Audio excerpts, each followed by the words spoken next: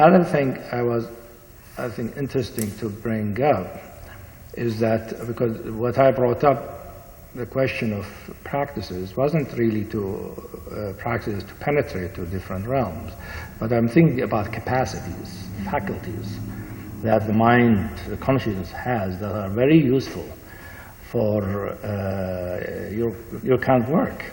And the spiritual practices, there are many of them.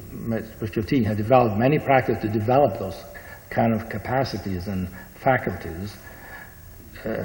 Makes me think might be Psychoanalytic Institute can have a course for its own analysts to learn to develop some of their faculties so that their analysis can be actually not to get to spiritual places from those teaching, but to, like the capacity concentration, for instance, is a very central practice in all the Eastern tradition, which to be able to be one-pointed and not be swayed, not be distracted. That gives, in time, it becomes the capacity of the mind to be, without effort, to be really focused.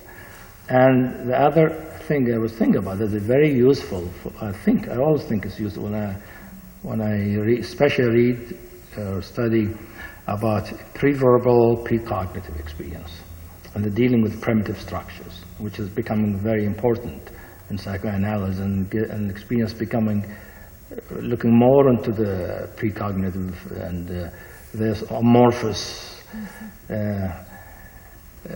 pre-verbal structure, is that in spiritual practice, spiritual experience, there are places where the consciousness can be precognitive, not cognitive, right? Not cognizing anything, completely non-conceptual, but can be completely clear, crystal clear, right? And like, I don't have to be in a precognitive place and be sort of an amorphous, not knowing, you know. I can be very clear, but my mind, the cognitive mind, is not operative. And I find that place, I call it non-conceptual awareness, awareness which just perceives without recognizing what it perceives, like the first instant of awareness before the knowing mind comes. I mean, in Zen and other traditions, this is really the realization, to be able to recognize that.